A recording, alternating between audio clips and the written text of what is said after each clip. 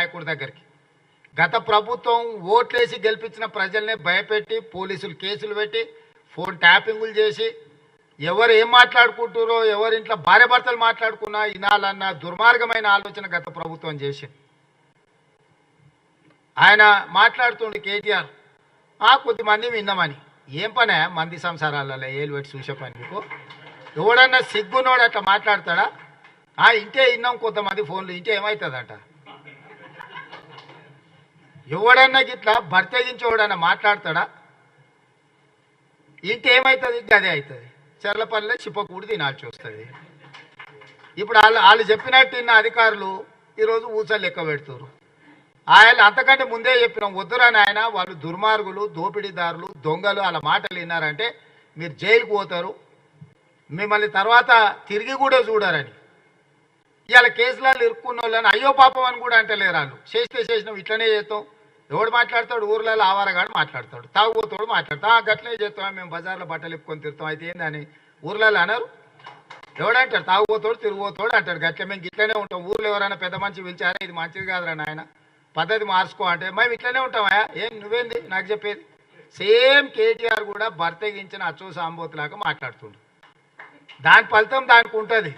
కాకపోతే దాని ఒక క్రమ పద్ధతిలో విచారణ చేసి చట్టపరంగా చర్యలు తీసుకోవాలి కాబట్టి విచారణ జరుగుతుంది. అంతకుముందు ఎవరైనా ఫోన్లలో మాట్లాడుకోవాలన్నా భయపడేది. ఎవరైనా కలిస్తే ఎవడేం రికార్డ్ చేస్తుండే అనే భయం ఉండే. ఇవాళ ఎవరైనా స్వేచ్ఛగా వాళ్ళ జీవితాలలో వాళ్ళు స్వేచ్ఛగా మాట్లాడుకునే పరిస్థితి రాష్ట్రంలో స్వేచ్ఛ తీసుకొచ్చినాము. ఇవాళ ఏదున్నా సచివాలయానికి వెళ్ళి మనం చెప్పుకునే పరిస్థితి ఉంది. అందుకే ఇవాళ నిన్న ఎమ్మెల్సీ ఎన్నికలు జరిగినాయి. ఓటు విలువ నాకు తెలుసు కాబట్టి ఢిల్లీ నుంచి వచ్చి సుప్రీంకోర్టు చీఫ్ జస్టిస్ను కలిసి అక్కడి నుంచి సరాసరి కొడంగల్ పోయి కొడంగల్లో ఓటేసి మళ్ళీ అక్కడ మా వాళ్ళు అందరినీ కలిసి ఓ రోజంతా కూర్చొని వాళ్ళతో మాట్లాడి మంచి చెడ్డ యోగక్షేమాలు కనుక్కొని వచ్చిన. ఓటు ఎంత విలువైందని అంటే మనల్ని ఏలే వాళ్ళని ఎన్నుకునేది మనమే. మనం ఇట్లాంటి లఫంగా వాళ్ళని ఎన్నుకున్నామంటే తర్వాత మనం ఎంత చెప్పినా ఓడినాడు.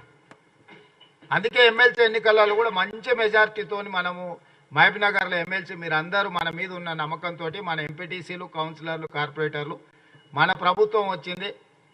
మనవాడి రాష్ట్రానికి ముఖ్యమంత్రి ఉన్నాడు. మన రాష్ట్రాన్ని మనం అభివృద్ధి చేసుకోవాలి, జిల్లాలో పెండింగ్ ప్రాజెక్టులు అన్నీ పూర్తి చేసుకోవాలని మంచి సపోర్ట్ ఇచ్చారు. ఇవాళ 200 ఓట్లతో మహబూబ్నగర్ ఎమ్మెల్సీ మనం గెలవబోతుంది. అదేవిధంగా రేపు పార్లమెంట్లో కూడా ఇవాళ ఏంది లేక మన జిల్లాకు అవకాశం వచ్చింది. ఇప్పుడు దాన్ని ఎట్లనన్నా దొంగ దెబ్బ తీయాలని దొంగలంతా ఒకటేరు గూడుపుటాన్ని చేస్తారు.